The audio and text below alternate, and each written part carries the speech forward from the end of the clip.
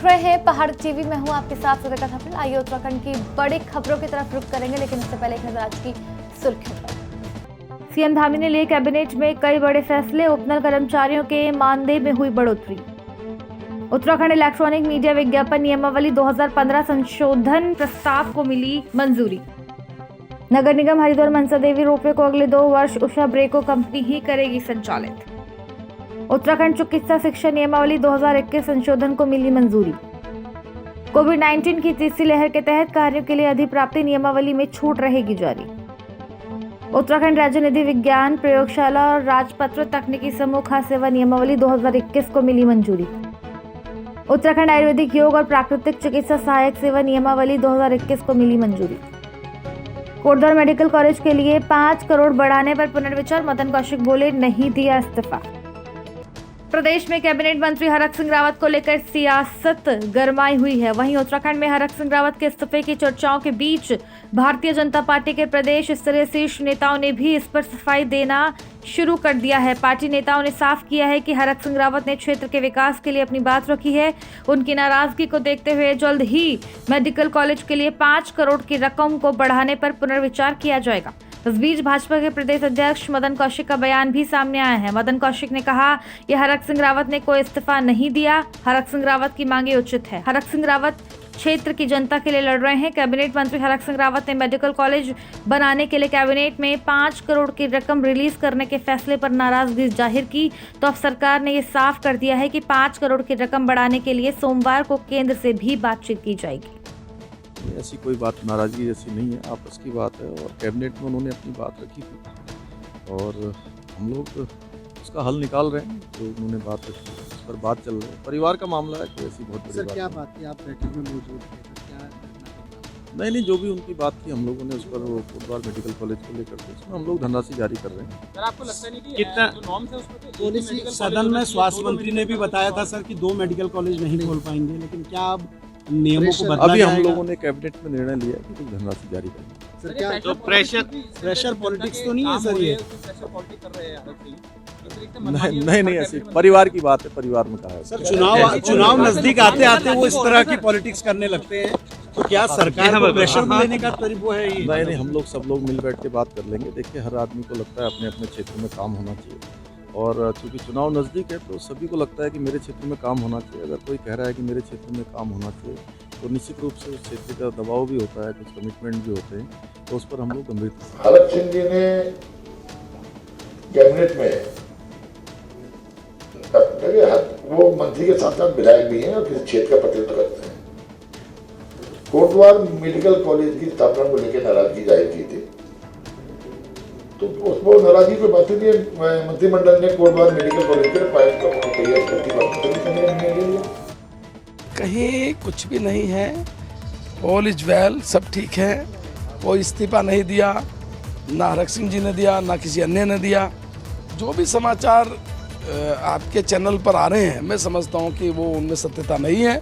और मेरी बातचीत हुई है कल, तो कोई इस्तीफा नहीं हुआ है। मीटिंग के बाद मेडिकल कॉलेज को लेकर उन्होंने नाराजगी व्यक्त की कि मेरे यहाँ मेडिकल कॉलेज बनना है। उस पर उनकी नाराजगी थी, वो एक स्वाभाविक है। वो विधायक भी हैं, मंत्री हैं, तो अपने क्षेत्र के लिए अगर वो इस प्रकार की एक उनका भाव है तो इसमें गलत क्या है? प्रदेश सरकार ने 20,000 से अधिक उपनल कर्मचारियों को हर महीने प्रोत्साहन राशि देने का फैसला किया है। प्रदेश मंत्रिमंडल की बैठक में ये फैसला लिया गया। अभी उपनल कर्मचारियों को 3 महीने के अंतर में प्रोत्साहन राशि मिल रही है। इसके अलावा सैनिक कल्याण विभाग में तैनात ब्लॉक कोऑर्डिनेटर का मानदेय 2,000 रुपए प्रतिमाह बढ़ाया गया है। अभी उन्हें 8,500 रुपए प्रतिमाह मानदेय मिलेगा। उत्तरकाशी जिले के पुरोला विधानसभा क्षेत्र के सबसे दूरस्थ क्षेत्र सर बडियार के 8 गांव आज भी सड़क के लिए तरस रहे हैं। आजादी के कई दशक बाद भी सर बडियार क्षेत्र के लोग रोड के बिना अभी भी कोसों दूर हैं। डोईवाला सामुदायिक स्वास्थ्य केंद्र का निजी अस्पताल से अनुबंध समाप्त करने की मांग को लेकर चल रहा यूकेडी का आंदोलन कल उग्र हो गया। तमाम आंदोलनकारी सरकारी अस्पताल की बिल्डिंग पर चढ़कर आंदोलन कर रहे थे। साथ ही महिलाएं आत्म बलिदान पर अड़ी रही। आंदोलनकारियों का कहना है कि देहरादून में बैठी धामी सरकार की हठधर्मिता के कारण मजबूर होकर उन्होंने ये कदम उठाया। उनका कहना है कि शासन प्रशासन ने डोईवाला सीएससी का पीपीपी अनुबंध समाप्त नहीं किया, जिस कारण उन्होंने ये कदम उठाया। मौके पर पहुंचे डोईवाला के सीईओ और कोतवाली पुलिस ने आंदोलनकारियों को मनाकर बिल्डिंग से नीचे उतारा। एसीएमओ डॉक्टर हनुमान शाक्य ने लंडोरा अस्पताल का निरीक्षण किया। इस दौरान जल्द ही कोविड-19 वैक्सीन की सेकेंड डोज पूरा कराने के निर्देश दिए गए। आपको बता दें कि शुक्रवार को एसीएमओ डॉक्टर हनुमान शाक्य ने लंडोरा सरकारी अस्पताल का निरीक्षण किया। एसीएमओ ने बताया कि कोविड-19 की तीसरी लहर संभावित बताई जा रही है। उन्होंने कहा कि क्षेत्र में टीकाकरण की फर्स्ट डोज का लक्ष्य पूरा कर दिया गया था। जो लोग अभी तक सेकेंड डोज नहीं लगवा पाए हैं, जल्द ही ऐसे लोगों को सेकेंड डोज लगाने के निर्देश अस्पताल स्टाफ को दिए गए हैं। एसीएमओ ने कहा कि क्षेत्र अवैध तरीके से चल रहे प्राइवेट अस्पतालों के खिलाफ जल्द ही कार्रवाई की जाएगी। असल में हमारा स्पेशल ड्राइव चल रहा है कोविड वैक्सीनेशन, तो उसमें ये हुआ था कि फर्स्ट डोज तो हमने लगभग कंप्लीट कर लिया था, सेकेंड डोज जो है काफ़ी छूटा हुआ है, तो उसके लिए स्पेशली ड्राइव चलाया। उसी के लिए हम लोग निरीक्षण निकले हुए हैं, भी कर रहे हैं। आपके द्वारा भी मीडिया को भी इससे भी अपील करता हूँ कि इसको पब्लिक के अंदर कुछ जागरूक अधिक से अधिक कराएँ, जिससे हमारा आने वाला जो कह रहे हैं थर्ड वेव आ जाएगी, तो कम से कम हम अपनी पब्लिक को, जनता को उस बीमारी से कहीं ना कहीं बचा सकें। तो इसके लिए हम सभी का प्रयास मिलकर रहेगा कि 100% वैक्सीनेशन होना चाहिए। ये संज्ञान में था, हमने सीएमओ साहब के संज्ञान में डाला भी था और डॉक्टर विवेक तिवारी यहाँ आए भी थे, तो बहुत ही जल्दी हम उस पर कार्रवाई करेंगे। सर कल भी एक घटना हुई है ना? हाँ, वो भी हमारे संज्ञान में एकदम कार्रवाई उस पर करेंगे और आगे से ऐसी कोई घटना ना हो, उसका हम लोगों द्वारा प्रयास किया जाएगा।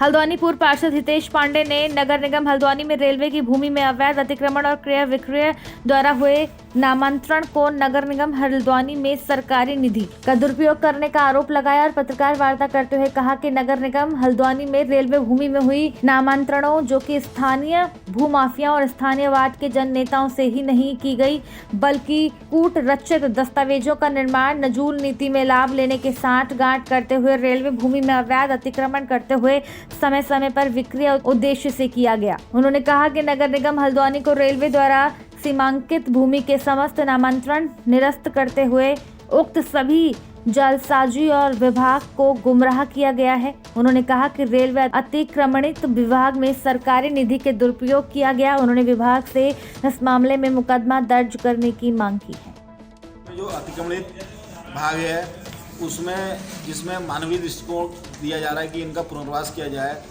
और कहीं ना कहीं राजनीतिकरण करते हुए कुमाऊं का दुर्भाग्य है, रेलवे से हमें विस्तारीकरण से वंचित किया जा रहा है, जिससे व्यापार से लेके पर्यटन से लेके हर चीज़ प्रभावित हो रही है, जो कि एक बहुत ही अपने आप में संगीन मामला है, जिसमें कई जालसाजों द्वारा रेलवे की भूमि को क्रय विक्रय करते हुए उसमें क्या कहते हैं, मेरे पे जो साक्ष्य उपलब्ध हैं उनको प्रेस के माध्यम से आप सब तक पहुंचाने का मेरा प्रयास था, जिससे कि मामले का पूरा उसका खुलासा हो सके। इसमें कई रेलवे अधिकारियों की संलिप्तता की भी जांच हो, जिसमें करीब करीब अभी मेरे द्वारा 65 मामले एक ही वार्ड से 33 नंबर से निकाले गए हैं, जिसमें 2.5 करोड़ का अवैध रूप से लेन देन हुआ है। सारे वार्डों का अगर निकाला जाएगा, मैं नहीं समझता हूँ 100 करोड़ से भी ऊपर का मामला जाएगा, जिसमें अवैध रूप से राजस्व की हानि पहुंचाते हुए नगर निगम में भी जिसका नामांतरण किया गया है। रेलवे कोविड काल में सराहनीय कार्य करने पर यमुनोत्री से भारतीय जनता पार्टी के लोकप्रिय विधायक केदार सिंह रावत नगर पालिका बड़कोट के होटल राणा लॉन्ज में आयोजित एक कार्यक्रम में यमुनोत्री विधानसभा के सामुदायिक स्वास्थ्य केंद्र बड़कोट क्षेत्र के अंतर्गत कार्यरत आशा कार्यकर्त्रियों और फैसिलिटेटर को चिकित्सा परीक्षण उपकरण किट देकर सम्मानित किया गया। उक्त किट में बीपी नापने की machine, weight machine, oximeter, thermometer, स्टोकॉट मशीन और ब्लड शुगर नापने की मशीन उपलब्ध कराई गई, जिससे कि छोटी बीमारियों का इलाज गाँव में ही आशा कार्यकर्ता आसानी से कर सकें।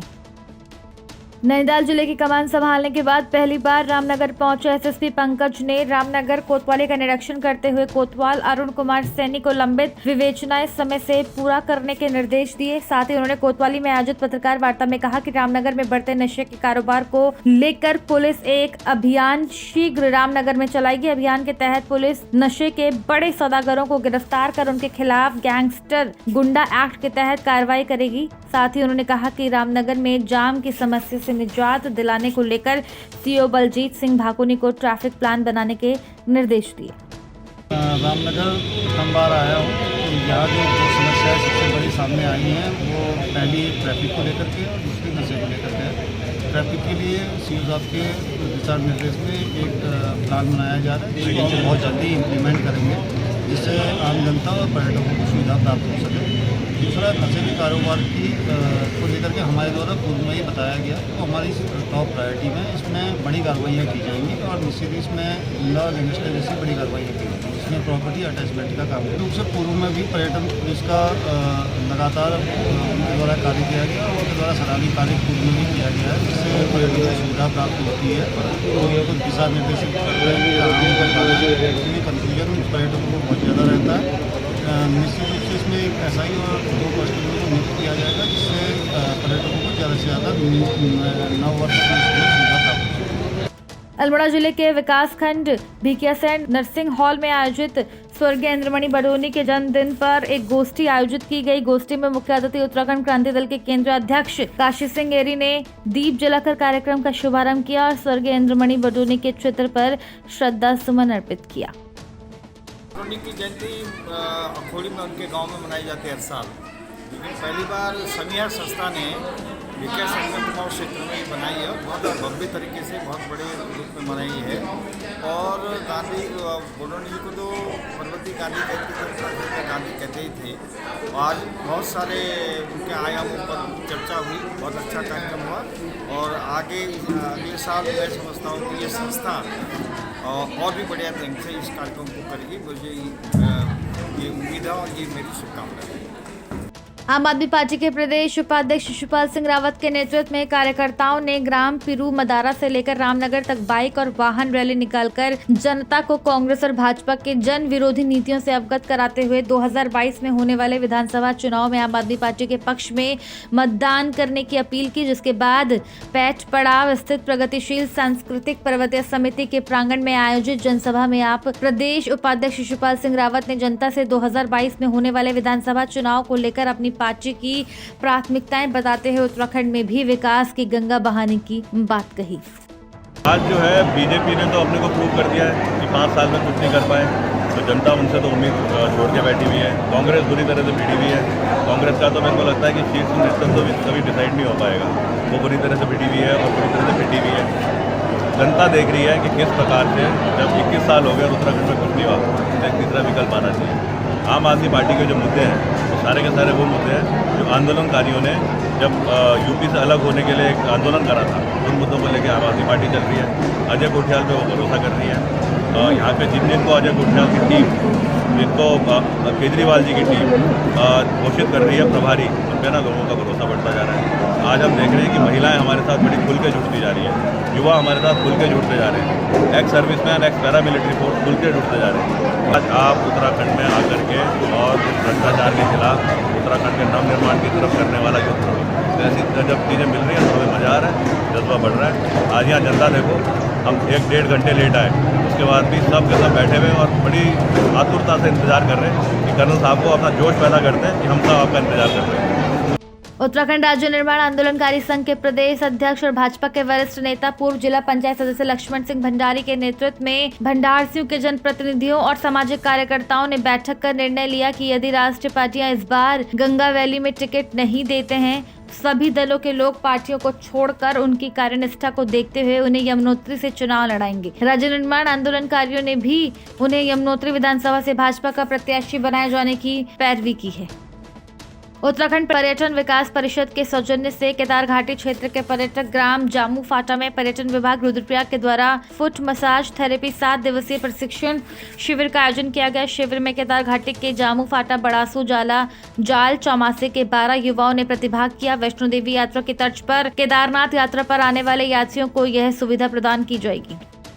उत्तराखंड सरकार देहरादून पर्यटन और रुद्रप्रयाग के पर्यटन जितने भी अधिकारी हैं और जितने भी इस फुट थेरेपी सेवा में सहयोग दे रहे हैं, मैं उनकी तरफ से शुक्रिया अदा करता हूं कि हमको जम्मू से यहां बुला के यहां एक फुट थेरेपी का सेंटर खोला जा रहा है ट्रेनिंग का, और हम उन बच्चों को ट्रेनिंग करवाएंगे और उसमें बेरोजगार लोगों का रोजगार भी बनेगा और साथ में हम इन चीज़ के ऊपर और भी टेक्निक में जो नस मुड़ जाती है, मोच आ जाती है, थकावट के टाइम में जिस्म को तकलीफ होती है, यात्री लोग जो मार्ग पर आते हैं इस मार्ग पर अपना केदारनाथ में, तो इसी प्रकार से ये सबसे ज़्यादा पहले से ये माता वैष्णो देवी में वहाँ दिया जाता है और वहाँ पर यात्रियों को बहुत अच्छे से दिया जाता है। तो उसी निर्णय से लेके इस विभाग ने, जो पर्यटन विभाग है यहाँ रुद्रप्रयाग का, तो इन्होंने इस चीज़ पे विचार लाया कि बेरोजगार लोगों को रोजगार भी मिलेगा और यात्री लोगों को अच्छे से सेवा मिलेगी और इसमें यात्रा भी बढ़ेगी और जो काम करने वाले हैं उनको इज्जत भी। पर्यटन विभाग के तत्वाधान में आज ग्राम जामू के अंतर्गत 7 दिवसीय फुट थेरेपी का जो एक प्रशिक्षण कार्यक्रम का हमने आयोजन किया है। इस 7 दिवसीय प्रशिक्षण कार्यक्रम में हमारे जामू के केदारनाथ रूट पे जो लड़के काम करते हैं, जामू, फाटा और इस इलाके क्षेत्र के लोगों का जो है हम लोगों ने 12 लड़कों का चयन किया है और वो लोग यहाँ पर फुट थेरेपी प्रशिक्षण, जो हमारे जम्मू से जो लोग आए हैं वो उनको प्रशिक्षण देंगे और प्रशिक्षण देने के उपरांत ये जो युवा होगा ये हमारे केदारनाथ मार्ग यात्रा पर जो है यात्रियों को सुविधाएं प्रदान करेगा।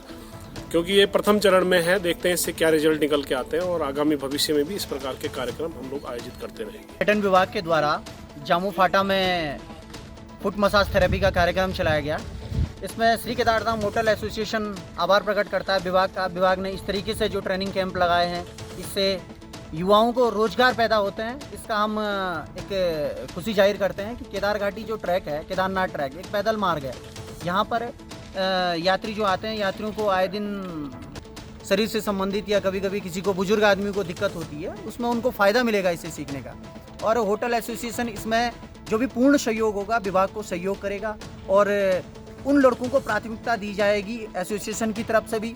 जिन जिन होटलों में उनके ज़रूरत पड़ेगी उन होटलों में उन लड़कों को भेजा जाएगा कि जहां इनकी आवश्यकता पड़ती है।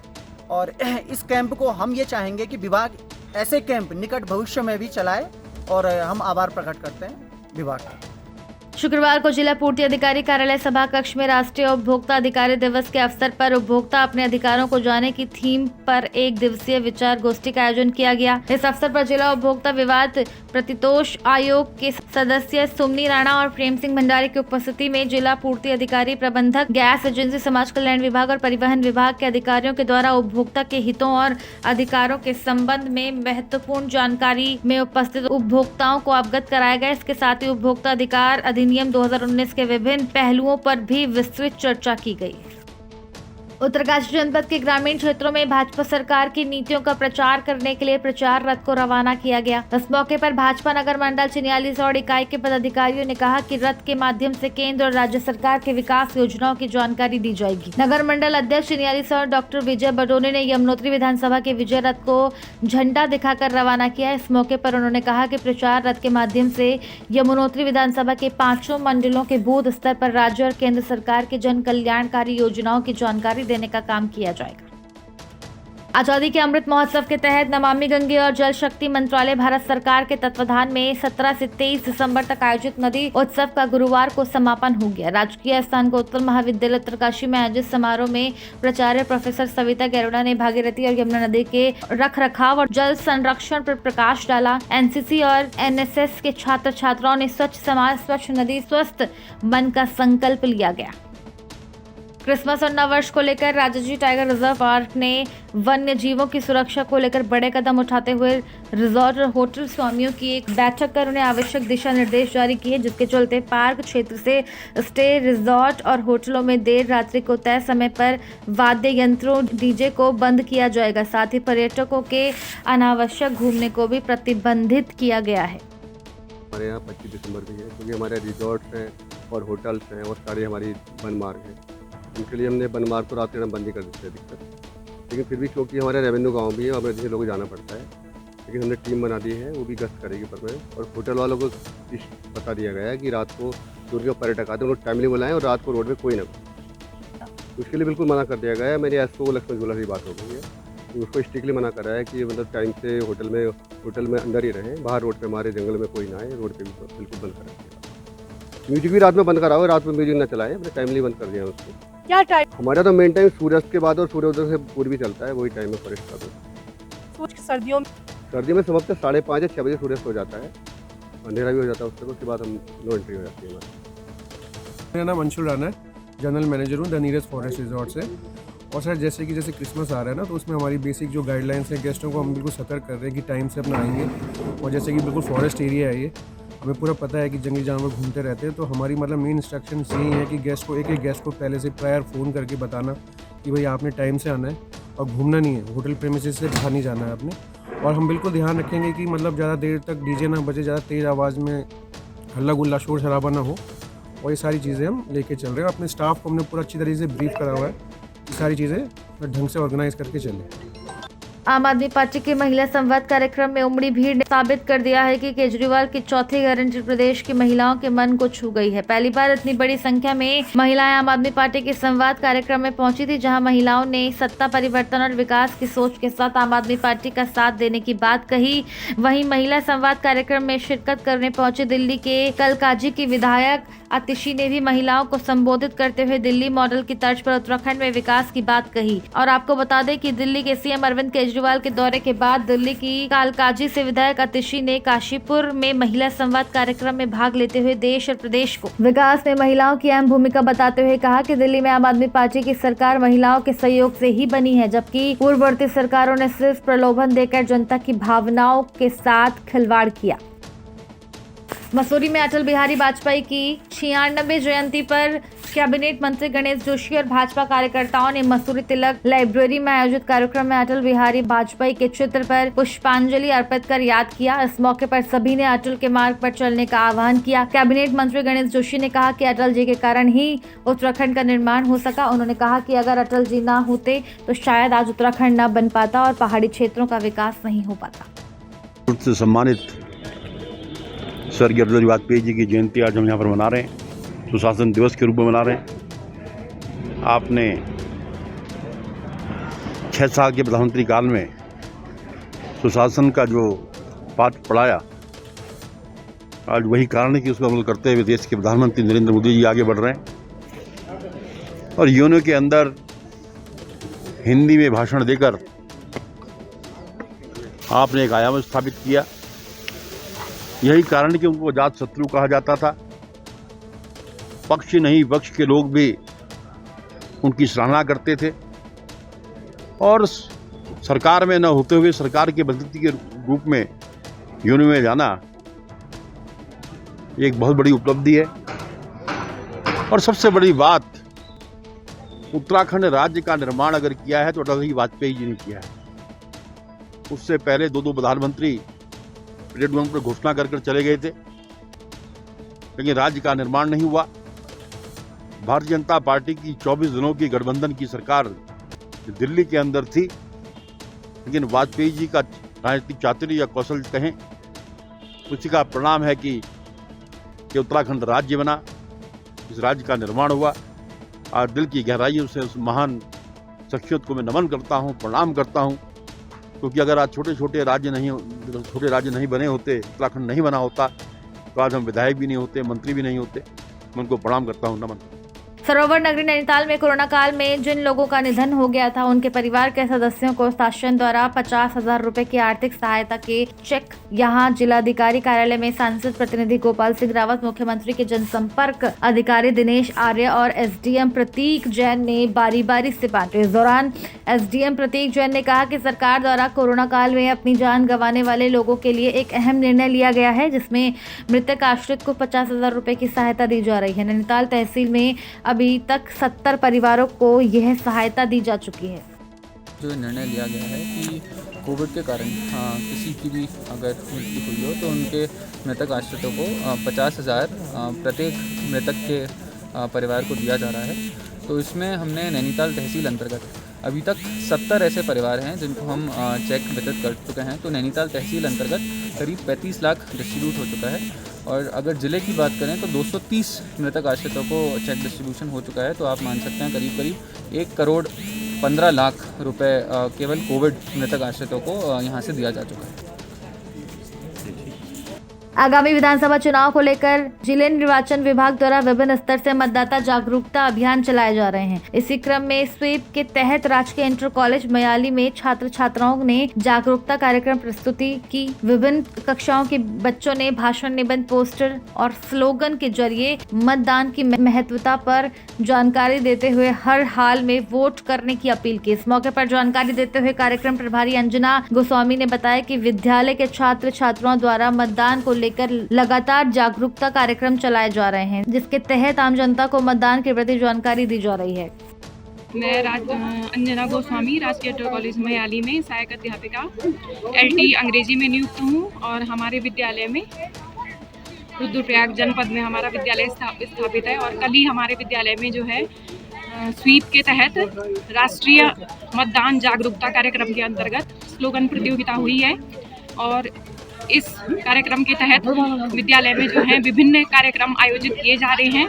पिछले सप्ताह निबंध प्रतियोगिता हुई और इस सप्ताह स्लोगन प्रतियोगिता में बच्चों ने बढ़ चढ़कर हिस्सा लिया और स्थानीय जनता को विद्यालय के शिक्षकों द्वारा भी और छात्र छात्राओं के द्वारा भी प्रेरित करने का काम किया जा रहा है। धन्यवाद।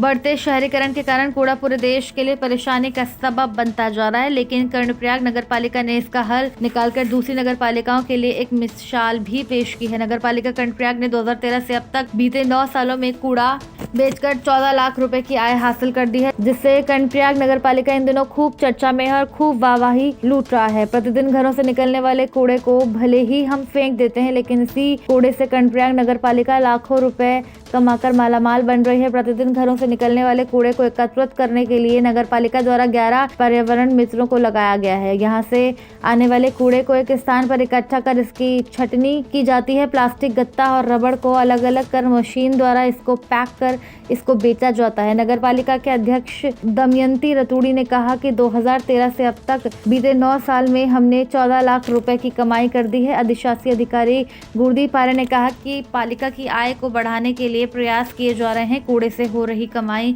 जनता पर खर्च की जाती है। भारतीय रेड क्रॉस सोसाइटी के तत्वाधान में मतदाता जागरूकता अभियान के तहत शनिवार को उत्तरकाशी जिलाधिकारी मयूर दीक्षित ने सब्जी मंडी से साइकिल रैली को हरी झंडी दिखाकर रवाना किया। साइकिल रैली उत्तरकाशी बस अड्डा, जोशियाड़ा, मांडो, तेखला पुल से होते हुए कलेक्ट्रेट परिसर में संपन्न हुई। इस दौरान रैली ने मुख्यालय के विभिन्न क्षेत्रों से होते हुए मतदाताओं को मतदान के लिए और पात्र युवाओं को अपने मताधिकार प्रयोग के लिए जागरूक और प्रेरित किया। जिलाधिकारी दीक्षित ने कहा कि विभिन्न जागरूकता कार्यक्रमों के जरिए सभी युवा मतदाताओं को, जिनकी आयु 1 जनवरी 2022 को 18 वर्ष होने वाली है, उन सभी मतदाताओं को मतदाता सूची में अपना नाम दर्ज करवाने के लिए और मताधिकारी के महत्व को लेकर भी जागरूक किया जा रहा है। उन्होंने कहा कि मताधिकार का प्रयोग लोकतंत्र को मजबूत बनाता है, इसलिए जरूरी है कि मतदान आपका अधिकार है। सभी पात्र लोग अपना मताधिकार का प्रयोग अवश्य रूप से करें। उत्तराखंड की बड़ी खबरों में केवल इतना ही। बने रहिए पहाड़ टीवी के साथ, देखते रहिए पहाड़ टीवी। धन्यवाद। है बेखौफ उम्मीद का रंग।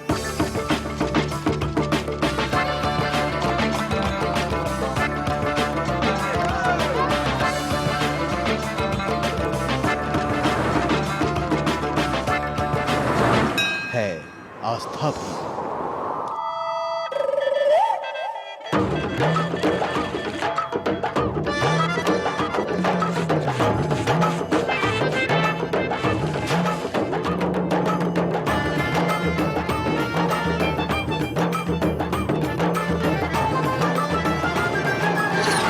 ये है मेरा उत्तराखंड।